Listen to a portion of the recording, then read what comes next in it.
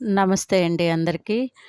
మొన్న వరదలొచ్చి వాటరయితే తగ్గిపోయింది గానీ, ప్రాణ నష్టమయితే జరగలేదు గానీ, ఆస్తి నష్టం చాలా బాగా ఎక్కువగా జరిగింది. ఎంతంటే అది మనము మాటలతో గానీ, చేతలతో గానీ చెప్పుకోలేనంత జరిగింది. ఇదైతే మా ఫ్రెండ్ వాళ్ళ ఇల్లండి. చూడండి అసలు కిందైతే రాళ్ళు కూరుకుపోయి ఎంత దారుణంగా ఉంది అంటే, ఏ వస్తువు పనికి రాకుండా తనెంతో కష్టపడి తన హస్బెండ్ ఎంతో కష్టపడి కట్టుకున్న ఇల్లిది. వాళ్ళ హస్బెండ్ కూడా చనిపోయారు. ఆయన కట్టిన ఇల్లు ఆ జ్ఞాపకానికి అలాగ పెట్టుకుంది. తను ఏడుస్తుంటే నాకైతే చాలా బాధనిపించింది. ఎందుకంటే వాళ్ళ వారు కట్టిన ఇల్లు ఫోటోస్ అన్నీ కూడా నీళ్ళలో కొట్టుపోయినియంట.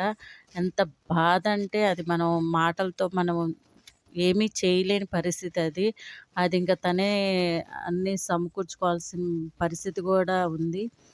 తర్వాత అక్కడి నుంచి మేము వేరే చోట అన్నదానం జరుగుతుందండి అది. సిపిఎం పార్టీ వాళ్ళు అన్నదానం చేపిస్తున్నారు. అక్కడికి మేము ఊరికనే అటు వెళ్తూ చూసి భోజనం చేద్దామని ఎళ్ళాము.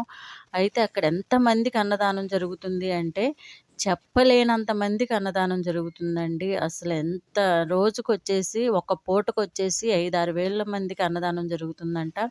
వాళ్ళు కరోనా దాదాపు ఒక 4, 5 రోజుల నుంచి స్టార్ట్ చేశారు. ఎందుకంటే అక్కడున్న పరిస్థితిలో వాళ్ళు వంట చేసుకుంటానికి గానీ, ఏదైనా తెచ్చుకుంటానికి గానీ ఏమీ లేని పరిస్థితనమాట. రాజరాజేశ్వరిపేట గానీ, ప్రకాష్ నగర్ గానీ, సింగనగర్ గానీ, బాంబే కాలనీ గానీ ఏదైనా సరే ఇదొచ్చేసి ప్రకాష్ నగర్ అండి. రోజుకి అక్కడికి చిన్న, పెద్ద ప్రతి ఒక్కళ్ళు ఇంటికి కూడా వాళ్ళు బాక్సులు తీసుకొనెళ్తున్నారు. అక్కడ పెట్టేది ఏమీ లేదండి. పంచభక్ష పరమాన్నాలేం పెట్టట్లేదు. ఒక సాంబారి, ఒక కర్రీ అప్పుడే అయిపోయింది.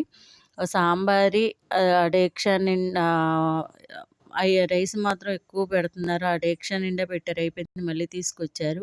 అలా ఎంతమందికి పెడుతున్నారు? ఎన్ని రోజుల నుంచి పెడుతున్నారని నేనడిగాను. వాళ్ళు చెప్పారు 4, 5 రోజుల నుంచి పెడుతున్నాం అమ్మా అని. ఇంకెన్ని రోజులు పెడతారండి అంటే, నా ఓపిక ఉన్నన్ని రోజులు నేను పెడతాను అని చెప్పారు. నాకైతే నిజంగా చాలా హ్యాపీ అనిపిచ్చింది.